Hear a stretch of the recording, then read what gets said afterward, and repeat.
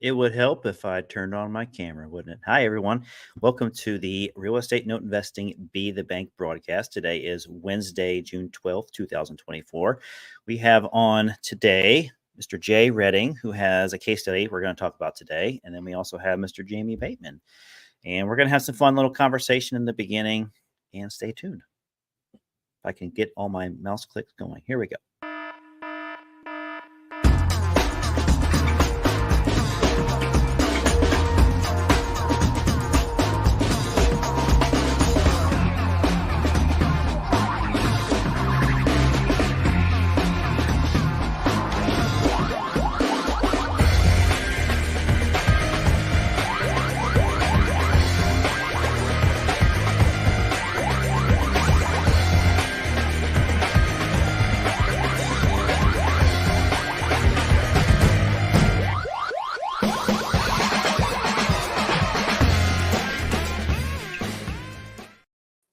You know, if you want to talk about the worst intros ever, I think I just hit the nail on the head.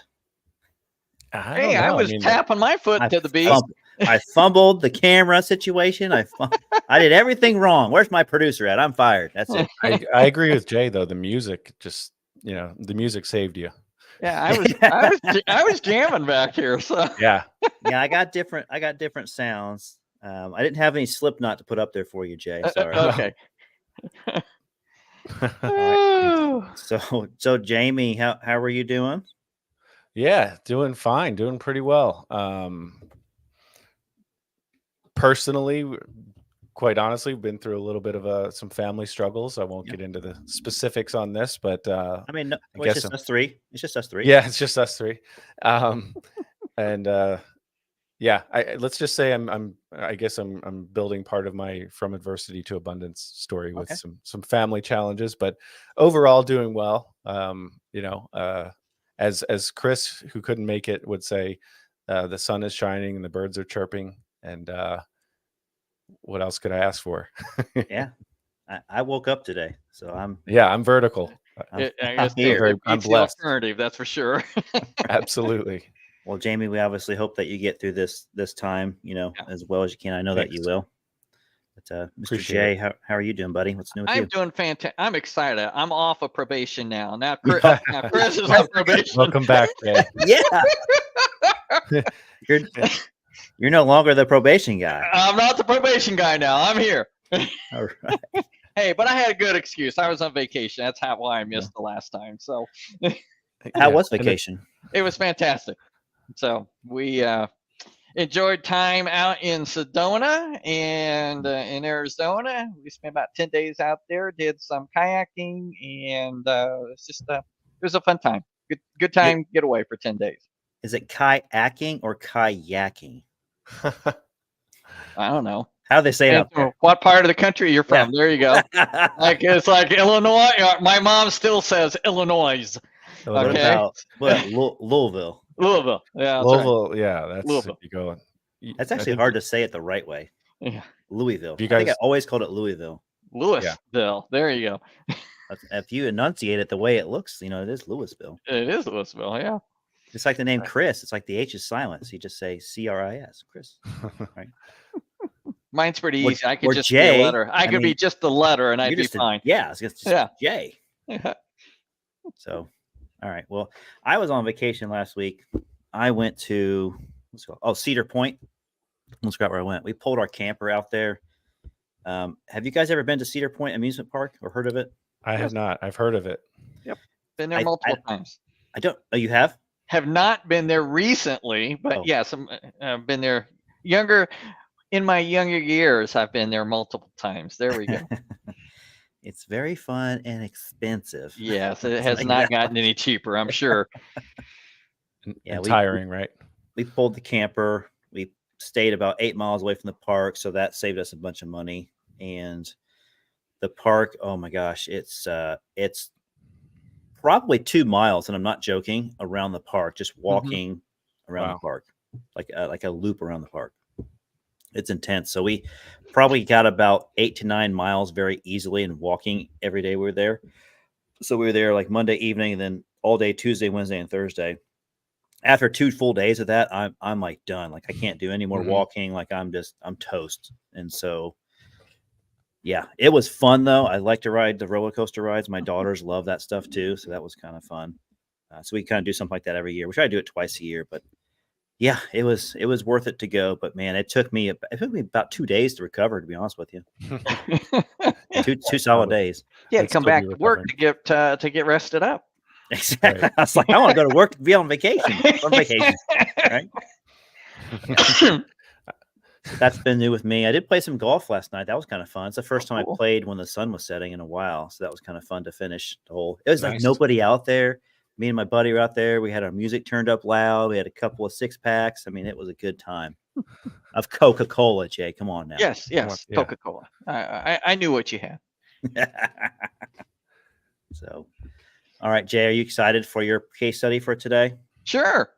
Okay. Absolutely. I'm going to go ahead and transition us over to the wonderful PowerPoint so you can get started. All right.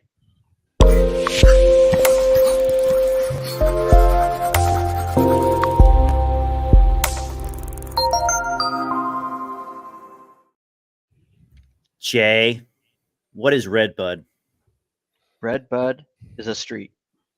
Got it. The end. That's it. That's the case study. That's it. Right? The street. All right. Done. That's just the name of the street is Redbud. This looks like a really nice property. It does. It is. It's not. That is not the norm for. Yeah. A lot of, I don't have any of these in my portfolio. You don't have any of these in your portfolio? Well, we got a couple. I am just kidding. Full disclosure. No, they all look like that or better. Just not mine. Oh man, you guys. All right. All right, there's a lot to get unpacked on here, and if anybody in the audience here, you've got questions along the way, please make sure that you put them into the chat. We'll do our best to answer them along the way here, and I'm sure you guys will have some questions also. Do you want me to pull up some of the comments as I see them, like if I think they're relevant? Sure. Yeah, they're relevant. Yeah, relevant. If they're relevant, there you go. Yeah. Yeah, and take your time too, because this is the show today. We're going to focus on this case study, and like you said, you have a lot to unpack. I've seen there's a lot to unwrap here. Jay has not told me anything. I just know from the slides what's going on, so we'll definitely take it slow. So, like Jay said, if you guys have any questions at all, don't hesitate to use the chat, or if you just want to make fun of us, that's fine too. Preferably just make fun of Chris because he's not here today. He did have an emergency himself, so make fun of Chris. We're not going to beat him up too much. He did have an emergency, so we really don't know what it was. So we hope that it's nothing like crucial where someone's injured or anything like that. But obviously. He would take. But if roles were reversed, he would take this opportunity to. And that's fine. And I'm game for that. And I know you guys are too. So yeah. And has.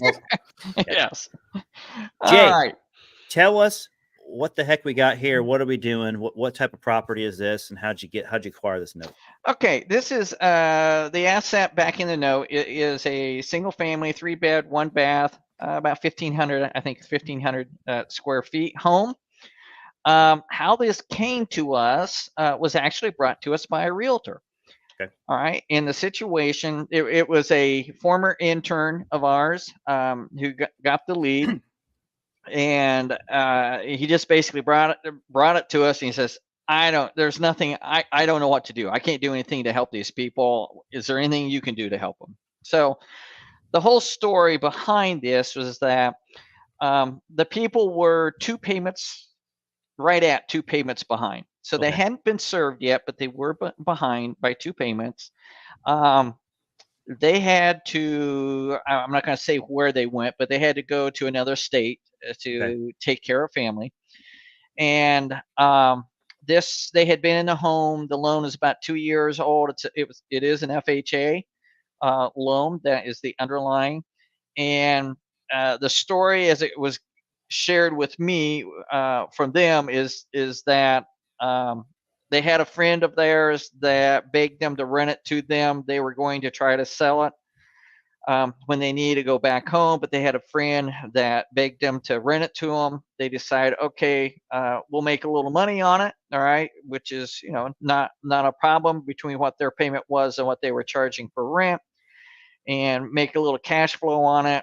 And what basically happened, the friend basically trashed the place, is what it was. Oh, okay. The tenant. The tenant. Yep. And they did not, and the owners of the property did not have the cash reserves to be able to fix it up. It was in a condition that it would not sell for what the the amount of the loan that was left. It wouldn't sell for that. They were getting some wholesale offers, but the offers were obviously way low. Okay. So they were really stuck in a rock and a hard place and really did not know what to do. And the realtor basically brought this to us and say, can you do? And so we basically looked at it. We got all the information. We talked with the owners and say, okay, we can get you caught up. We can take it subject to the loan that is in place. And we explained what that all entails. All right. And so we decided that was the approach. We would get them caught up, so their credit would not be, obviously it's hurt just a little bit, but they would not have a foreclosure. That we would take over the payments subject to the loan that is in place. So they have an FHA loan on this house. Yep. And they got behind by 2 payments. Yep. And this is what year? We closed on this. We did the exit in February of this year. When? Okay. So when did the problem happen? What year? 2023. So about June, August. Let's see. We held it for 8 months because we were in the middle of a rehab on another one. We couldn't get to it right away. So what's 8 months worth of? I'm not that smart. Okay, we don't have to get that far into it. I guess I'm trying to create the story for my own head, and maybe the audience is. It was like August. It was July, August, something like that of last year. What is the value of this property in this picture? Because obviously this is not when you saw it. No, the ARV on after repair value of this home was 165 based upon comps. That's what we're looking at right now. That's what you're looking at right here. That's what we sold it for. It's 165. We'll get okay. This is what it looks like after Jay got it hold of it. Yes, after we got done. Okay. Yeah, this is not what it looked like when we got it. No, not by any means. When you got it, what was the value of the home? It was probably right around. Well, it was pretty. They bought it for 102, I believe, is what it was. 102 or 103. They put a little bit down FHA, so it was right around 103. Was the original purchase price. They'd paid on it for 2 years, and obviously there's not that much pay down. So, in the condition that it was in, they were probably even or even a little bit upside down. Okay, so just for the audience to know, so the reason why they couldn't just sell it for that number up there and make money on it, because you have realtors commissions, you have taxes and stuff you have to pay for, you have closing costs you have to pay for, and all that adds up to where you really got to sell it. If that was the actual price, 98,186, you have to sell it for like 110 just to break even. So that's and they were getting offers at 50 to 60,000. I was gonna say, and their friend trashed the place too, which doesn't help. Yeah. They would have to bring money to the table, which they did not have to be able to. Right. Yeah, because they moved away to help family out. They were trying to rent it out. The renter trashed the place.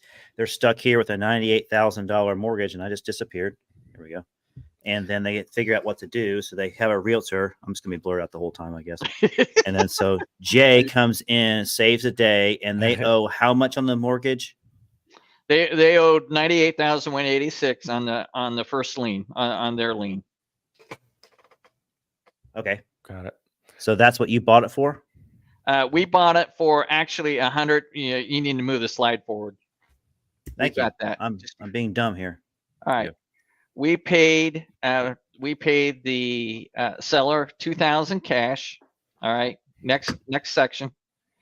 All right. And then we created a unsecured note for $8,000. They wanted to, based upon the appreciation of the property and the ARV value, they wanted 10 grand out of this property. Okay. And it's like, okay, I'll give you 2 grand cash now, and I'll give you 8 grand in 10 years. So there is what we call the air note. All right. So we create an air note for $8,000, and it's payable in 10 years, no payments, no interest, just hanging out there and giving them an incentive to stay in the deal. Okay. Because if the the underlying loan happens to get called by the bank, I don't owe that $8,000.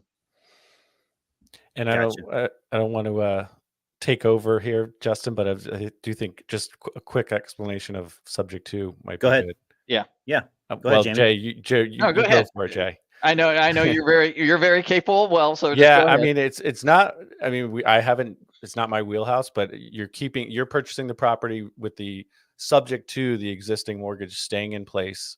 So the seller keeps that mortgage in place, and then you create a separate loan around that. Was it A wrap? We yeah, did a wrap, wrap right? around it. Yeah. Yes. Okay. Yeah, and I'll So the explain different ways to what we do did. it.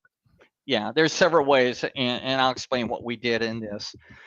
So yeah, so we essentially took the loan over, subject to the deed did pass to us. We took the deed. Okay. Yep.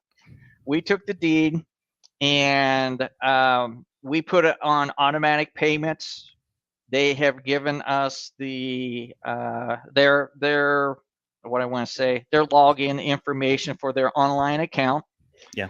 I let him know every time. The agreement is that I'll let him know every time I'm going to go into the account to just check to make everything's working as it can, and he can look at it as well. So we're all in good shape in that. So he can keep abreast of what we're doing. There's a certain amount of transparency that you need to keep here. All right. Mm-hmm.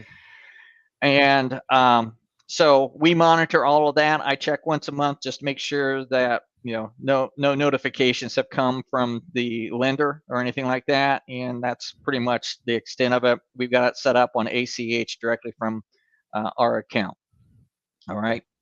So we're all into this then with the 2,000 cash, the 98,186, and then the 8,000 note for down the road. And this is critical because a lot of people a lot of people who do subject twos, they don't do this secondary note type of thing at all. The air note. The air note. And the reason I did this was to keep the underlying the underlying, or the seller, to keep them involved in this. All right. Mm-hmm. And that they have something to lose, because that forces them then to cooperate if we need to do anything down the road. So that was the whole purpose of this. All right. Love that. So we're all into it at 108, 186 as far as our initial purchase. All right. The first lien is at 3%. That's what made this attractive. There's 28 years left on the underlying lien, and the note to seller is no interest, no payments, and if it's due anytime in the 10-year time period, if the bank calls the loan due, that note is waived. So that protects me. So here's where the fun begins. All right. We anticipate about 25, maybe 30,000 as far as rehab on it. And as you know, often all rehabs, there's always surprises that take place. Always. We even plan on it, and it still takes place. Yeah. This home had electric baseboard heat. We changed it over. We put 95% energy efficient gas furnace in there, central air. It had no central air beforehand. But we ran into an issue with one wall that the seal plate had all rotted out. So that was not planned on. So that took a little bit of extra work and a few other things that there's no way of knowing until you really got into it. So all said and done, the rehab was about 40 grand total. All right.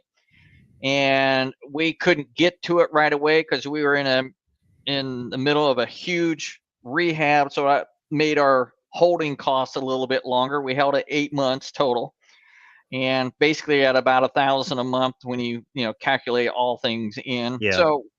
So at the end, when you're getting ready to sell it, all right, we're all in at 156,000, and the ARV's 165. There's really no room. There's no room to just flip that. Yeah. Okay, with realtor fees and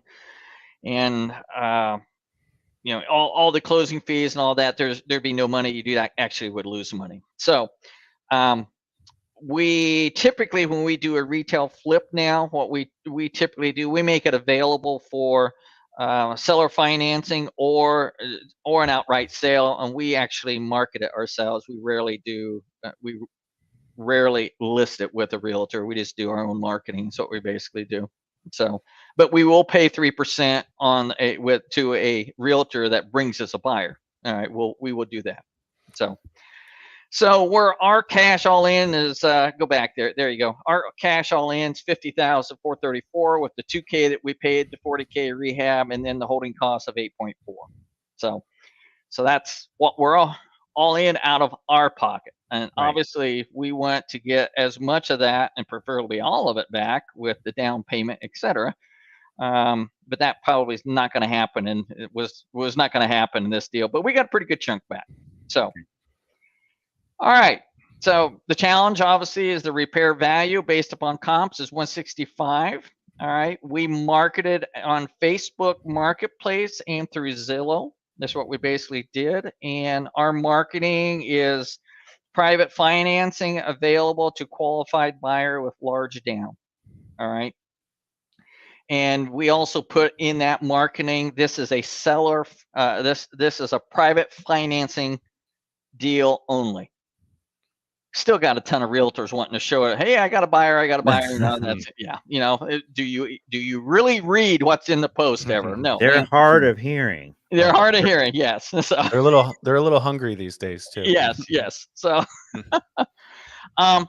had a number of inquiries. Not all people had enough down payment. We had one that we started working with a little bit, but he kind of got squirrely. And it's like I said, you know, we were pulling teeth and trying to get stuff in for the underwriting. It's like, no, you're not cooperating. You're out. Okay.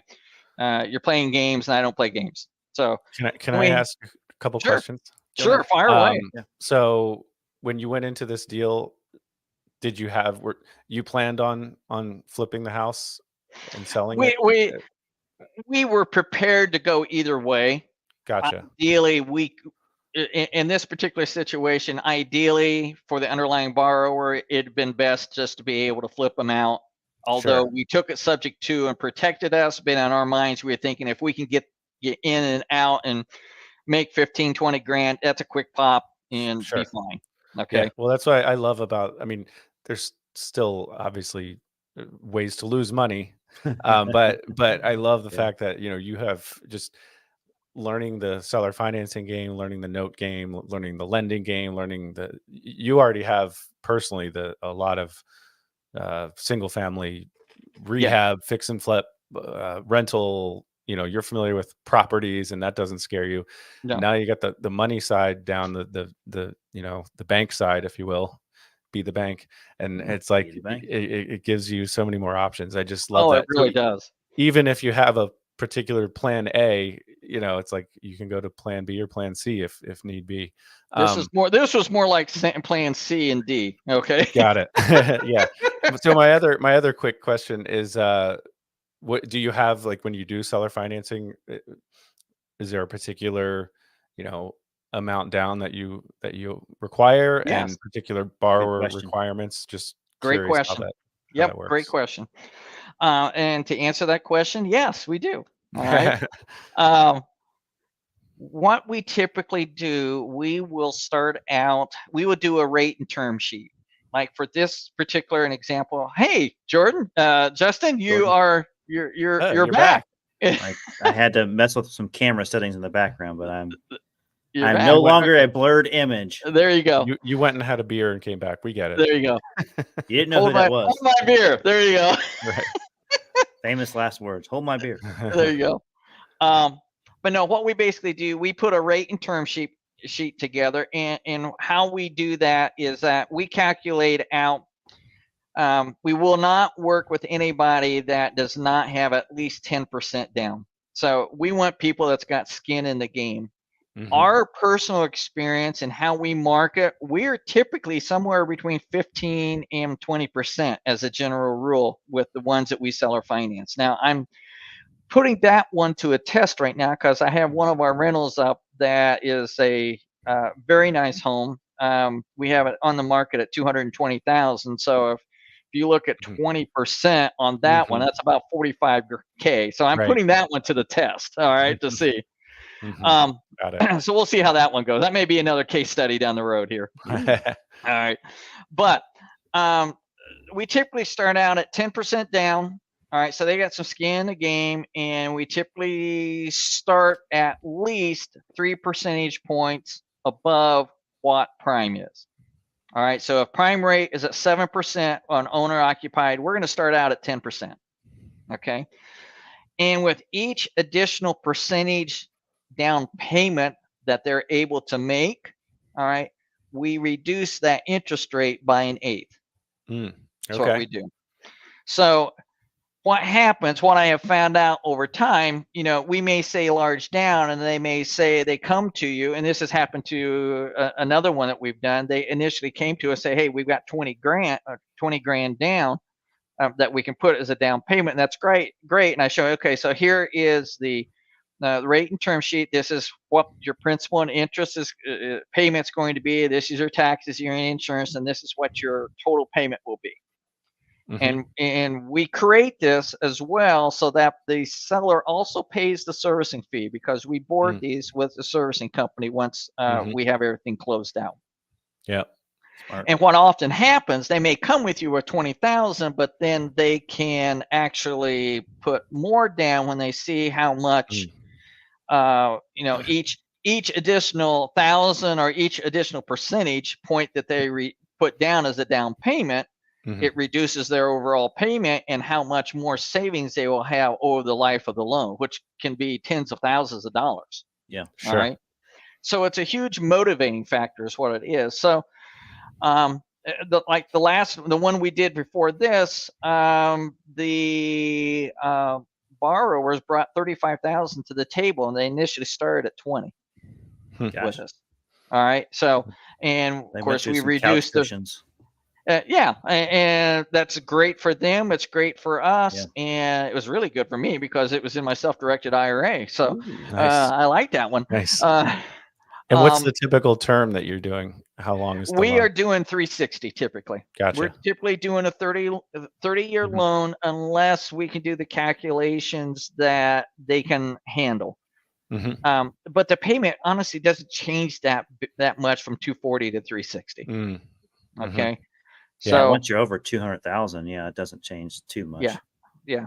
So we typically do 30. That's what we do, 30-year loan.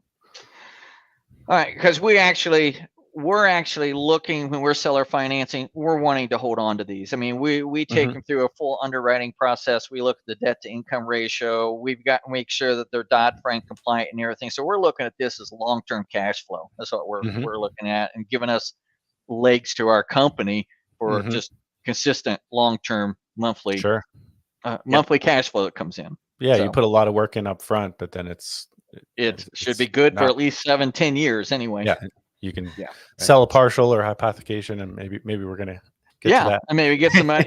Get some money out that way as well. Jamie hasn't seen the whole thing, so no. All right, Jay, lead us through this. Okay, so we got our borrower, the borrower. We did the underwriting. We call the underwriter is who we use. All right, and they do all the underwriting process. They fill out the borrower fills out the exact same papers as they would for a bank.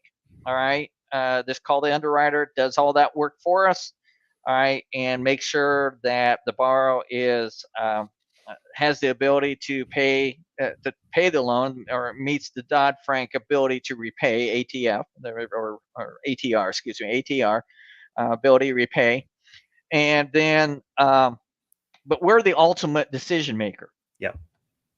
Where I am the ultimate underwriter. Okay. You're Caesar. I go up or I go down. You're Caesar. Never here. It's either never here there. Or here. It's up or down. That's right. You're the decider, as I think George Bush said. You're the decider. Yes. Anyway, right. We'll leave politics here. Out of it. Yeah. Senior or junior? Just kidding. So then, all right. So we closed this out in February. All right. The borrower owns his own business. Our buyers typically tend to be business owners, contract W-2 1099 workers or ITN borrowers. I-10 that- borrowers are essentially people who are here legally. All Yeah. right, they have a social security number, but they are not a U.S. citizen. Okay, They pay taxes. they pay taxes. That's All right. So your buyer fell out of the bank box because of what you just described. They're a business Yep. owner. That is very, very common. The I-10 It borrower is. is very, very common. All right. So you I mean, got and just to have this skill set again, just to reiterate, with today's market Yeah. conditions, especially, banks have such tightened up their Yep. lending guidelines. They're very strict, and rates are very high. So this whole seller financing thing you guys both are in this world for sure. It's a huge opportunity. Yeah. I want to get into these wrap numbers here. So we Yeah. got Okay. 10% Well, we'll down. get there. We'll get there. 10% down. 10% down. So the the borrower in this case made over $100,000 a year.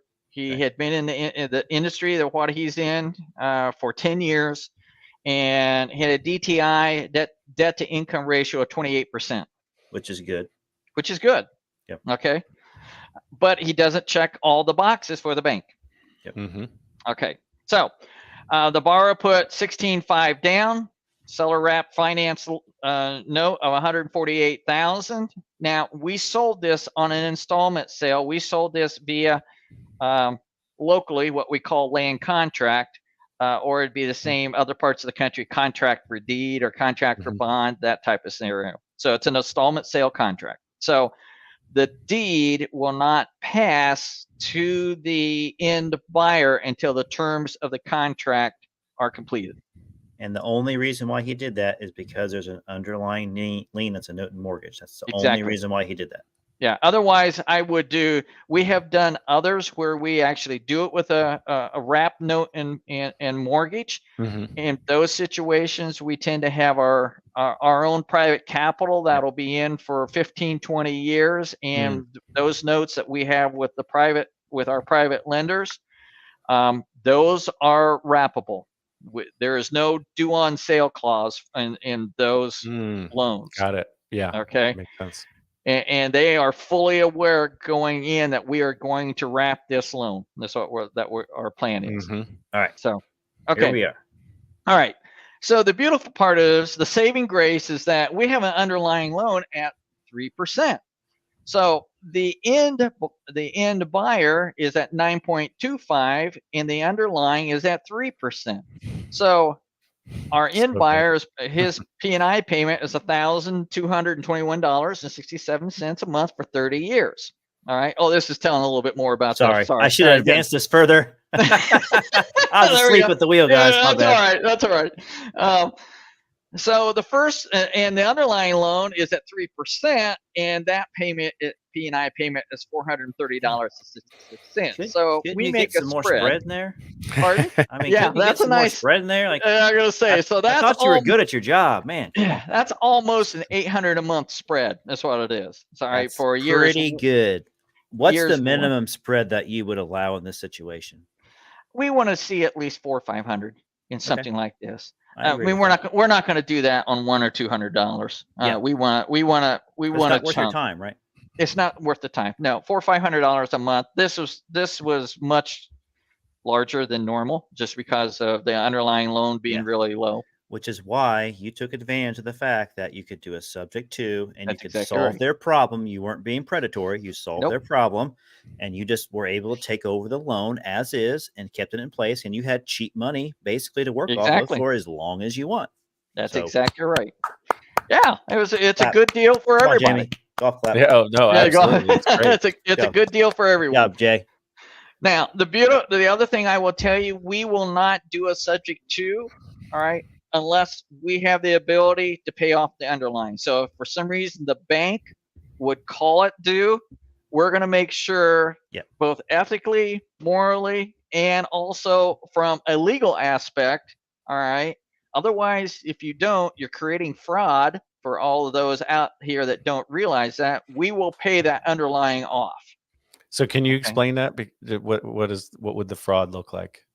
Well, the fraud is when you are essentially taking over that loan. Yeah. Okay. You are making a pledge and an agreement that you're going to make them whole, and that if you do not perform, Mm-hmm. Yeah. you got a Got it. lawsuit coming at you, baby. On 'Cause the there's other a- side, on the I other side love of the coin. Yeah, I love this, but there are a lot of gurus out there and a lot of borderline shady people teaching some things in this creative financing Yeah, space. be careful That's who you talk to, guys, and that's a great exactly. point, Jamie. Like the Yeah. attorney in our industry that's the most well known at knowing how to do exactly the right way to do this is Mhm. Jeff Watson. Yep. Yeah. He has a Yeah. special class dedicated to this. Anybody else teaching this is Yeah. probably not giving you the right information, even Mhm. though they're very well known out there. I'm Right. not talking about Eddie Speed, by the way. I'm talking about other No. people out there that have not been in the Teaching, that's business. teaching the subject to Well, some not been in the subject matter for Yeah. as long as people like Eddie and Jeff obviously is an attorney and specialist in our Sure. state or our Well, space. and that's but the word state is valuable too, though, because this is all very state specific too, Jeff with has usury laws and locked up documents Oh that my, are he the does. most secure and protects you and the end buyer and the person that's on the hook for the mortgage. It's all very well disclosed and protected. He does an excellent job with that, and he's worked on this for quite some time. So. Yes, he has. So, So to clarify, the reason you do the land contract, you already said it, but I want to make sure, is that the deed is not changing hands, which if the deed changed hands, that would potentially trigger the due on sale clause and cause a whole cascade of problems. yes. All right. It can still, the deed did transfer from the seller to us. To you. Right. To But I'm us. saying, But I want to after that. stay, I Right. want to stay in the middle of the deal to make sure Right. my responsibility to the Yep. people that we bought the house from, all Yep. right, that we're making them whole. And Yeah. and we pay that whether the end buyer pays or not. Mm-hmm. Got it. Okay. Yeah, and for the listener or watcher, the viewer, I should say, you know, Jay or your company, Jay, is on title. You have legal title to this property. Yes. But the person, the occupants have what's called equitable title, and once they perform, as you said, once they satisfy the terms of the contract, that full title, legal title, will transfer to them. That's correct. Got it. Yep. The cool thing about this, how you pointed us out, and a lot of people don't see this, is that you're envisioning this to go long term. And when it does go long term, it doesn't pay off early. If you notice his numbers that I just pulled up at the bottom, his wrap payment is $1,221.67 at the top. And guess what? The last 2 years, he was smart enough to run the amortization to where someone else is paying down this FHA mortgage, not Jay. Jay's getting that spread in between. So his cost basis is getting lower every time. And then once it reaches year 28, it's going to disappear. Then he gets the full P&I at that point too. So that's very cool. Well, the other beautiful thing here also is that the equity spread keeps getting larger the longer the loan goes, because the underlying is paying off faster than what the wrap mortgage is. Yeah, we probably should have had a graph to show that, because that is a really cool slide. That's there. A good point. So Didn't your delta becomes greater every time. And then don't forget about the property values probably appreciating at probably 4% up there every year anyway. So yeah, but that's going to be the this is Fort Wayne. Yeah, it's in Fort Wayne. Yeah. So but it's going to be, that equity is actually the end buyer's equity. That's not mine. True. I'm sorry. You're correct. I guess I was speaking as far as the lender's protection. Yes, you are correct there. All right, so here's the financials. Cash in the deal for me was $50,434. Down payment received $16,500. I mean, I still got almost $34,000 in the deal. Okay? Just when it was created. Just when it was created. Yeah. That's right. Keep going. All right. We will receive our cash back in 43 months. Okay. So, I mean, I know some old time investors, their whole model is they'll go and buy a house and won't take anything off of it and rent it. And if they have it all paid for in 5 years, that's their whole model. All right. We're definitely in that here. So it will take at $791 a month. It'll take me 43 months for us to pull all of our capital out. Now, what happens if they pay off or refinance before that? I don't lose money. Okay, there's still some initial equity. All right, they're about 15,000 in equity. It's just not as great of a deal, but I don't lose money. All right. Then once I get my money back, then the next 317 months at 791 gives me $250,750 if it goes to full term. So I invest a total of $33,934. Next. So I invest $33,934 and I get back $250 back over the 30 years, plus the bonus of the last 2 years. Mhm. That works out to be a 27.7% yield if it goes to full term. Pretty good. I think Jay's going to be taking more and more vacations as we go. Well, along. I was going to say, I'll take that anytime over the ups and downs of the stock market. Let's put it that way. Right. Even if they have the Absolutely. 30, 40, 50% jumps, all right, I'll Mhm. stay steady Eddie at 27% per year and be nice and happy. He could I love invest in NVIDIA with fantastic. that 250K about 2 years ago, and then he'd be a bazillionaire Mhm. now. So, Playing the stock market game. all right, so where's the dangers? There are dangers here. Okay, there's risks that I'm taking. All right, what if, all right, so I've got the wrap note at 148. Okay, I've got the first lien at 98,108. There's an equity spread that changes over time. It gets larger. But what if, you got to keep going on here. What if the underlying gets called, all right? Or the buyer pays the wrap note off in full early? Then then I've got to pay off the underlying, all right? I'll still, as I said, I'll still make money, all right? But it won't be necessarily as good a term. This deal, the longer it goes, the better it gets. Okay, so I'm in no hurry for him to pay off and refinance, okay?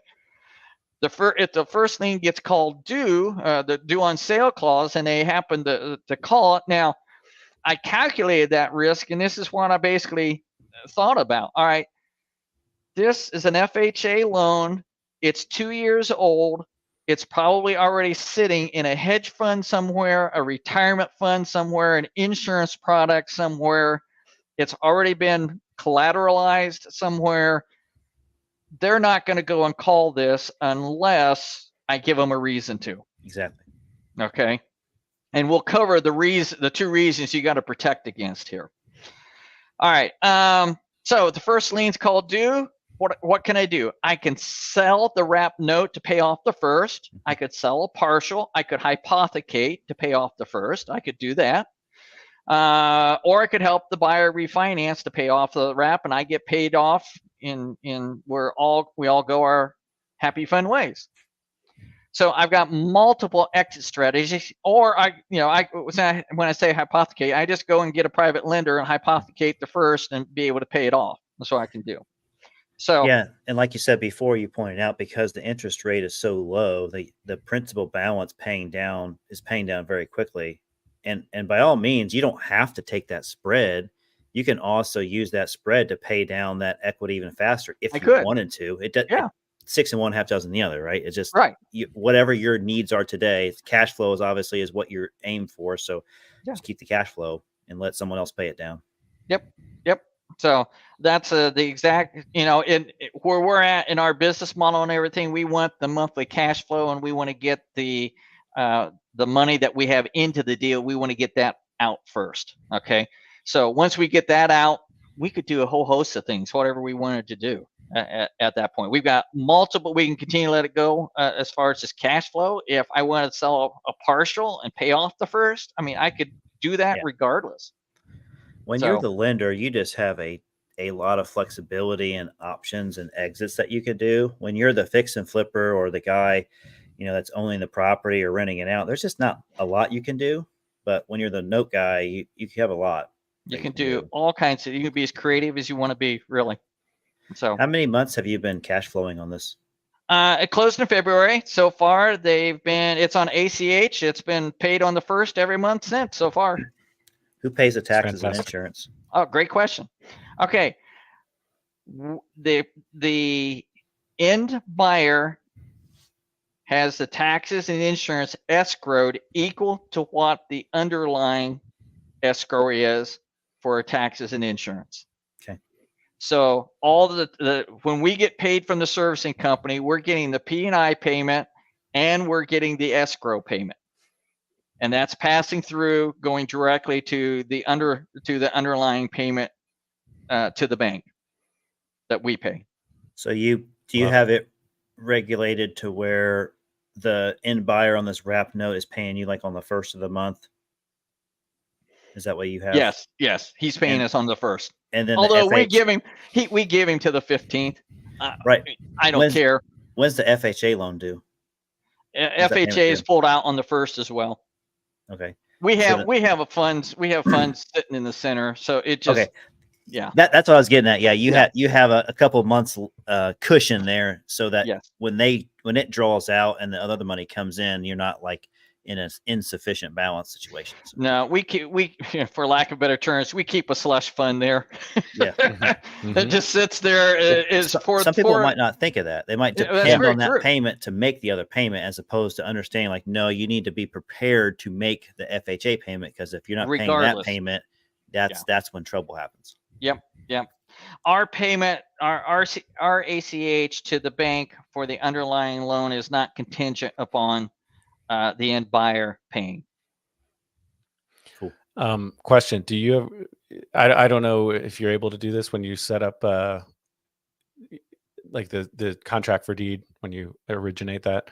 Mhm. Can you put something in the docs where you have the capability to get inside the property every year to do an inspection or something like that? We can put that in there on the contractor Yeah. deed. Just curious, because the original quote unquote friend wrecked the place, and Right. I've had exactly. I've owned a lot of CFDs, and now granted I didn't have as much control as you did on the front end, but some of these end up going south. They don't. We technically still own it, so yeah. So Right. we can put that So in. you could, yeah. I think that's just having that extra control is a nice feature as well. Nice thing. Yeah. Yeah.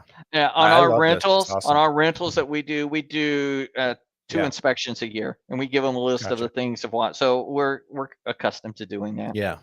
Now, do you you stick with Indiana, or will you do this in other states as well? This type of scenario where we're going in, rehabbing and bringing it up, we'll stay pretty local in our own Sure. market for that. Makes sense. Okay. Yeah. Just because we have our own crews and teams. Now, if we would happen to get a property back from, say, one that we have foreclosed on in another state, Yeah.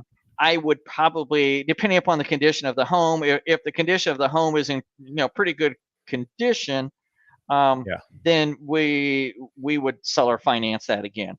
If it Gotcha. needs some significant work, ideally we typically buy so that we don't get the home back. We want to, if we have to foreclose, we want to sell at the sheriff's sale. Yeah. I mean, you're just playing to your strengths, and the market. You've got your crew. The full cycle of this whole process. So you don't know exactly how it's going to go, but it almost doesn't matter because you win in almost every scenario. Yeah. So, now we would do it. We would do it in Indianapolis. All right. Mainly because my nephew is a property manager down there, so I've got access to crews down there to do the rehab. So that would work. All right. So I wouldn't be opposed to that if that happens. But to go into another state, I don't have crews set up. I don't want to set up crews. All right, etc. We would just purchase the note at a term or a deep enough discount so that if it does come back to us, it will sell at the sheriff's sale because the rehabber will pick it up. And it's just very hard to scale this type of thing nationally. Not that you need to. I mean, you're obviously doing very well just on this one deal. If you can do that a few more times, that's really good. But I just think people need to. Everything's local, and you have years and years of experience, and this is farm to table. I'd say this is on the more advanced side of things for sure. So this is not a beginner deal by any means. Yeah, this is a first time deal. Yeah, definitely. No, not at all. Right. This is after having 40 rentals for a number of years, doing over 100 retail flips, and learning about notes. So putting all that experience pulled into this. That's a lot. Yeah.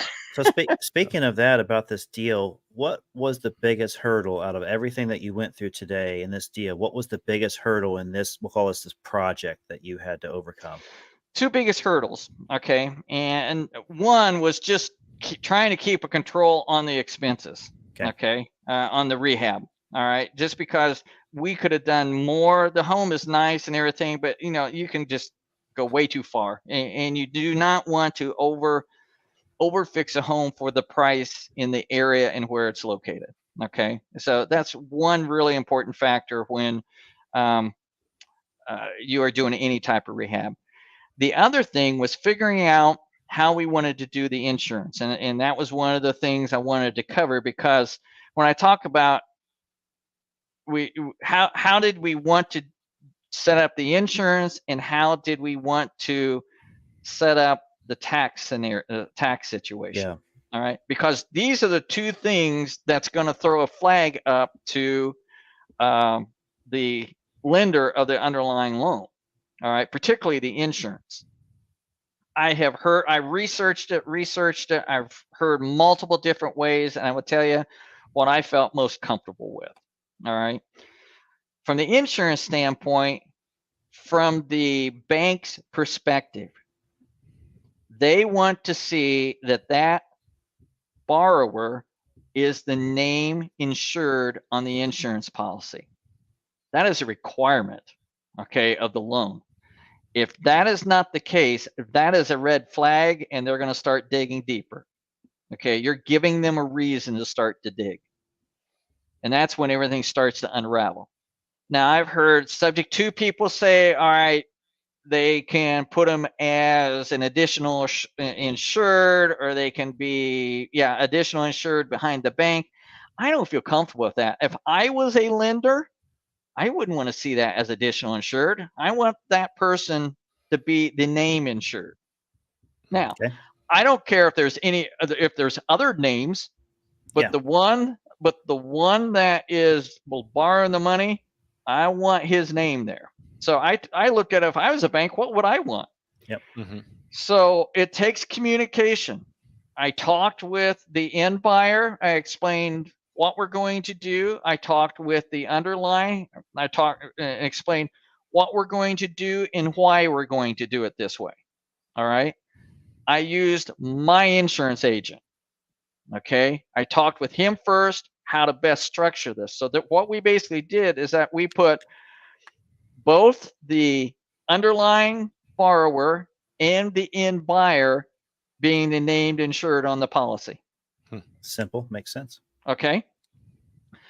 And I told him, now, if there is something that happens, I got to have all of your cooperation, because if there is a fire and there is a check that's got to be signed, man, all of us have got to sign. Mm-hmm. Okay. So we've got to have that cooperation.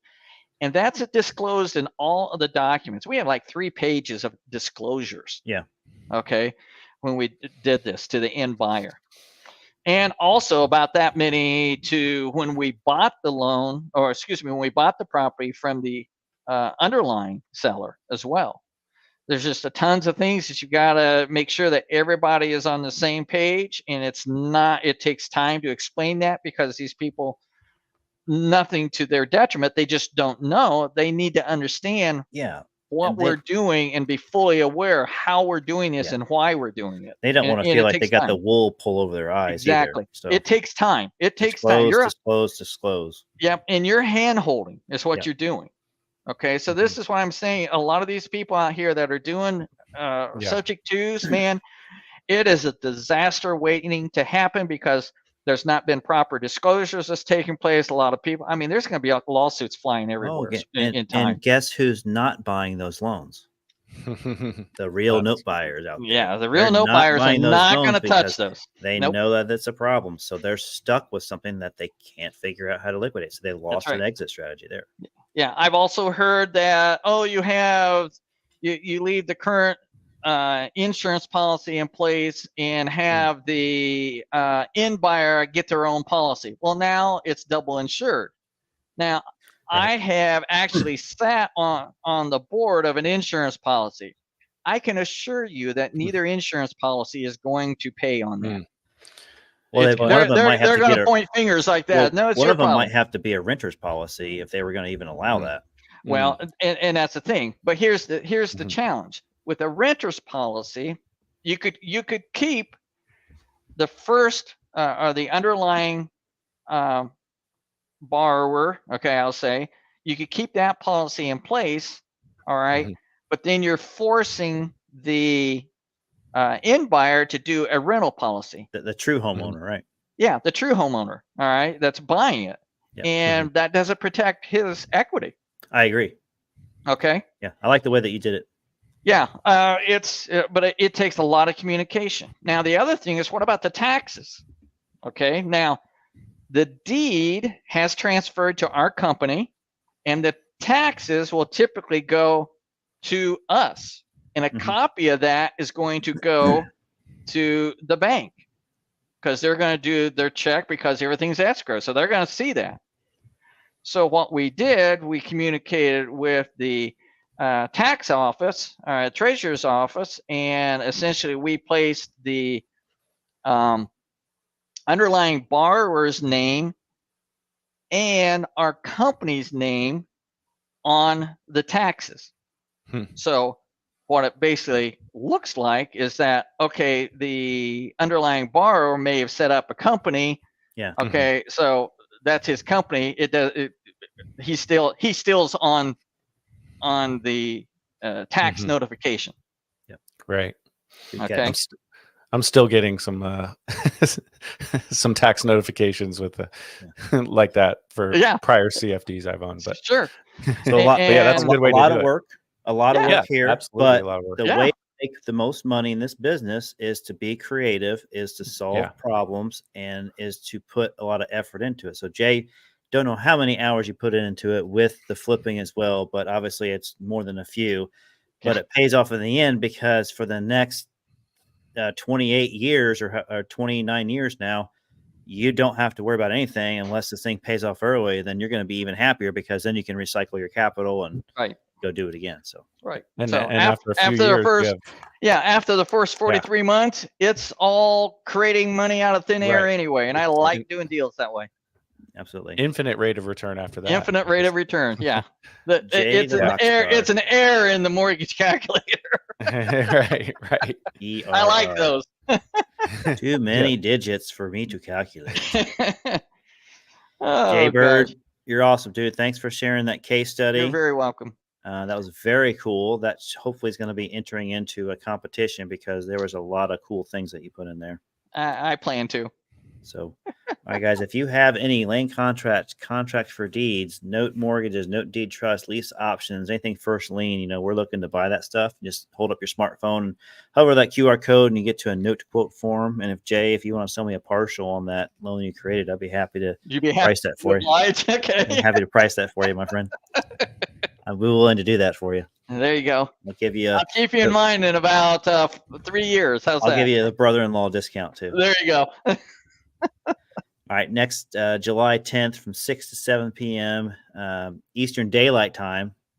Jamie had pointed out to me that I had been putting Eastern Standard Time. So the correct way is Eastern Daylight Time. For now. Oh, good point.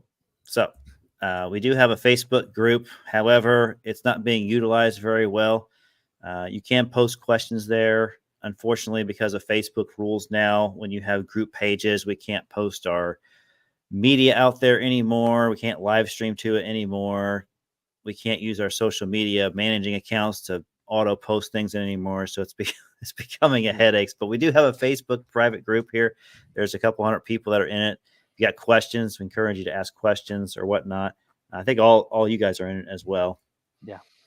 So that is that's our episode for today. So I didn't see any questions on the board. It was probably drinking from a fire hose today, and we apologize about that. But honestly, you need to see some of this stuff on how it's capable of doing it. And this is a real case study. Jay did not make any of this up. I don't know who started that rumor, but he doesn't make this stuff up. Chris started the rumor. We got all the documents to prove it. Jay has a ton of experience in doing this stuff. So that was awesome. And we will continue to do case studies every month when we have this broadcast going. For those of you that are that get our advertisement through meetup.com, let me just set the record straight here for meetup.com. So they are raising their prices for people like us to advertise on them, and they've doubled their prices recently. And so we would encourage you to follow the American Note Buyers YouTube channel so that you can continue watching this stuff in the future. We won't be advertising on the meetup.com platform anymore. You can probably see the stuff on Jay's YouTube channel, which is Cassidy Investments. Cassidy Investments, yeah. Okay. Cassidy Investments. It's also a Facebook group. We've got Cassidy Investments. And then our webpage is CassidyInvestments.com. Okay. And then Jamie also has a webpage, a YouTube channel that he's posting this stuff to as well. And that is Labrador Lending is the channel on YouTube.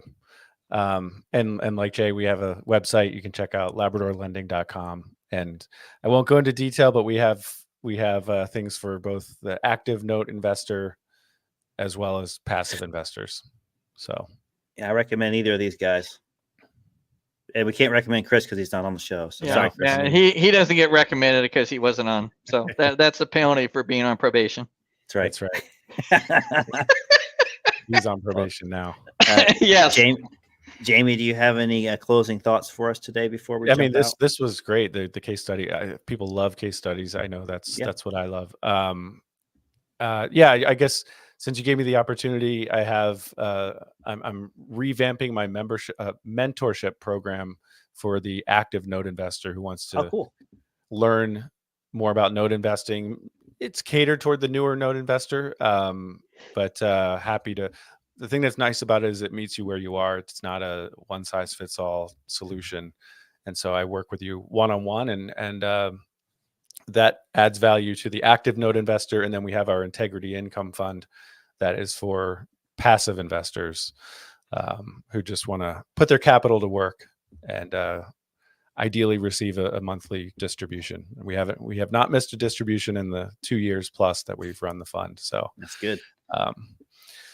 So yeah, those are my two things that I am offering, but this is super fun, and I'm excited for next month. And I've got some case studies that are pretty. Is it your turn? I think so. You haven't done one yet, have you? Well, Chris had the one that we sort of shared, but the Nightmare on Elm Street. Yeah, that's right. Up to you. I've got some. No. Yeah, please, no. By all means, good. yeah. I want to see some of your case studies. What's cool about this, guys, is that we typically don't even know what the case study is about before we get on here. So it's fun just to see it. Like I did see Jay's slides, but I really didn't get the story until Jay was talking today. So that's what's really cool and impactful about the case studies. It's not just the financial numbers. Like, yeah, that's great. Jay made a lot of money. He's smart. Yay. And that's awesome for him. But Jay. it's the story. Like, how did he get to that point? How was he able to find a way to get – I mean, it just kind of fell into his lap, fortunately, but probably because he does a great job of networking in his community out there. And people know him as somebody that's a house buyer. And then he was just able to add this layer of complexity that made it very lucrative for him and his family just by being a very savvy note investor. So. Yeah, because you've solved problems before and people know that. So they bring you the opportunities. We don't really do much marketing. We tend to get the ones that no one else knows how to handle. Okay, and to be honest, Justin, about this group is, that case study is not, I mean, it's not in my wheelhouse. A lot of things, that Jay is an expert in. And so about this group, I mean, we all bring different experiences and different skill sets to the table. So I love that about our group this broadcast every month. Yeah. And if someone can't make it, we still have two other people that are not on probation. So. Yeah, people who do what they say they're going to do. Ooh. All right. Hey, I at least told everyone ahead of time that I gave you plenty of forewarning that I wasn't going to be able to be on the call. Yeah, I planned my vacation around the live broadcast. Around it, okay. I'm just throwing it out there, just see what sticks. All right, guys, this was fun. I'll see you guys July 10th. So sounds good. Everybody, take care. Sounds good. Bye. Take care.